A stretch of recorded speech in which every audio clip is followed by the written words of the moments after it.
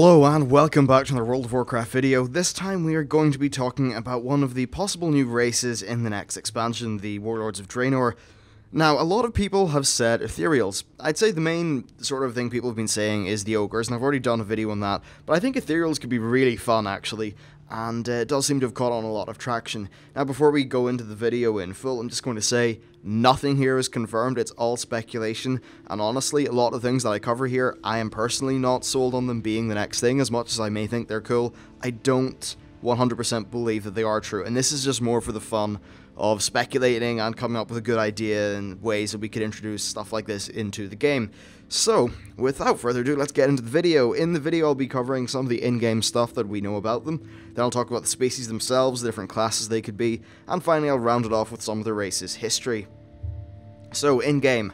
Well, we've actually met quite a few of these guys, and many of them have been hostile, while many have also been friendly or neutral. Their nature as a race of traders and merchants, as well as their political structure, which is being divided into different companies under the rule of trade princes, means that they're actually slightly similar to goblins in a way, at least in a political way, and it will be quite easy to introduce them as an in-game race because of that.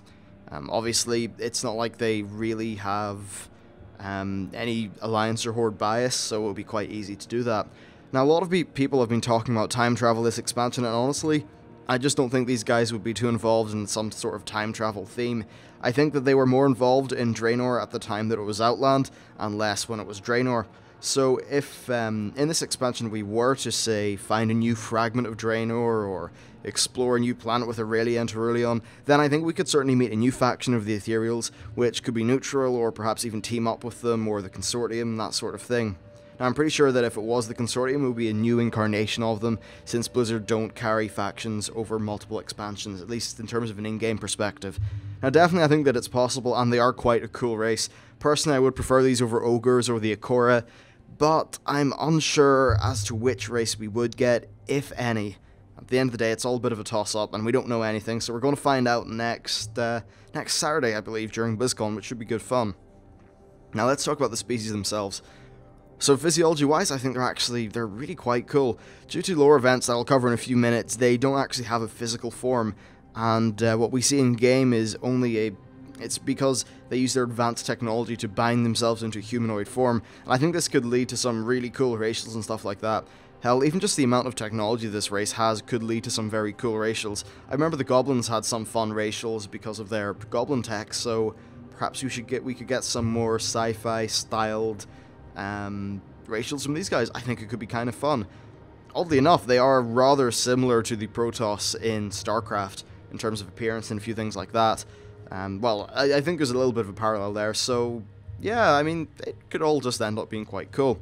So 4 different classes. I don't think light-wielding classes would make much sense in terms of lore, but since the light is a religion, it isn't absurd that an Ethereal could convert, thus allowing them to become a paladin or a priest. Now, one thing, I'm not really sure how them being kind of like ethereal energy beings, I guess, I don't really know how that plays in with light, and that same thing goes for, say, druid magic and shamanism. I'm just not sure how all those different elements and things react to the fact these guys are essentially an energy species. Now, any race can be a warrior, so that makes sense, and we have seen warrior-style ones in-game. Death Knights I don't think make much sense for continuity reasons. At the end of the day, Arthas did not have Death Knights in the whole Lich King army thing, so we know there are no Consortium dudes, or Ethereals in that. Hunters are definitely possible, but for some reason it just feels a bit odd to me. They don't look...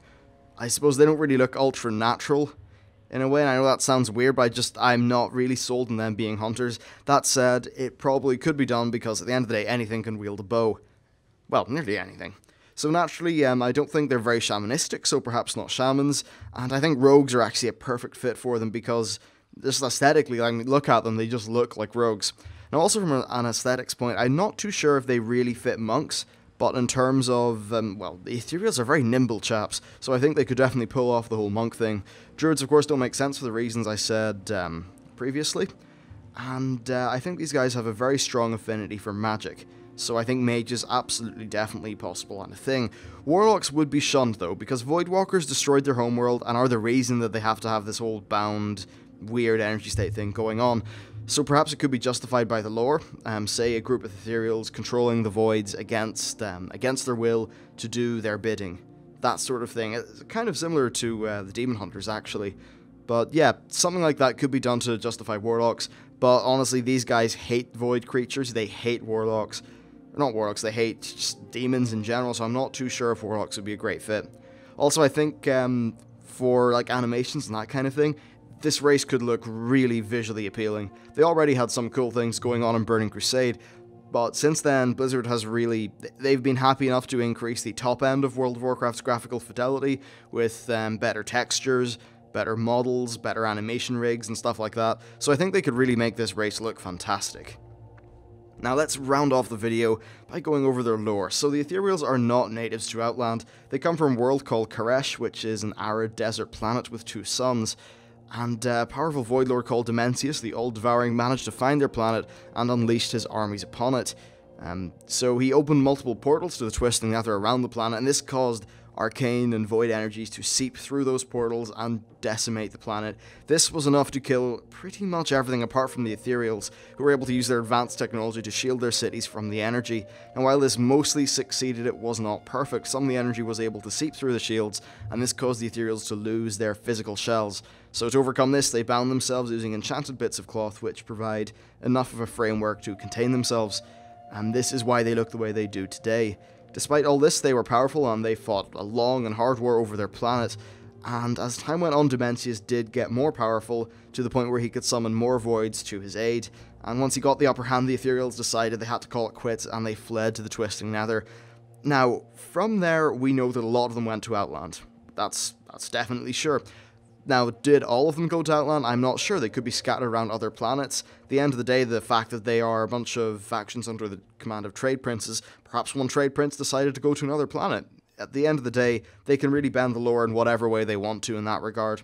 Now, in terms of the social structure, it consists of multiple factions and trade princes, as I said. And some of these multiple factions, well, we have the Consortium, who are the main one in the Burning Crusade. There are the Praetorate, who fight demons, and the Ethereum.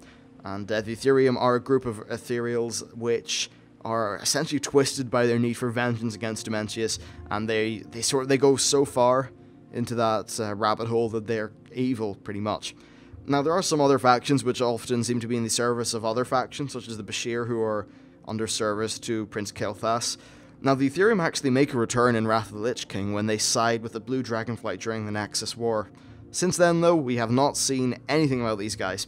So there you go, that's essentially some stuff about the Ethereals, how they could be in-game. At the end of the day, any neutral faction's very easy to add in. You don't have any Alliance or Horde bias or anything like that to mess things up. And, yeah, like, if we are going to space, there's plenty of Ethereals in space, and that's really all they need to introduce this race. Do I think it'll be the race? I don't know. That's, that's as much as I can say. I know pretty much as you do when it comes to this. And we're going to find out next week at BlizzCon. So that's it for this video. Thank you very much for watching. If you enjoyed it, please like and subscribe because it really does help me out. And I'll see you next time.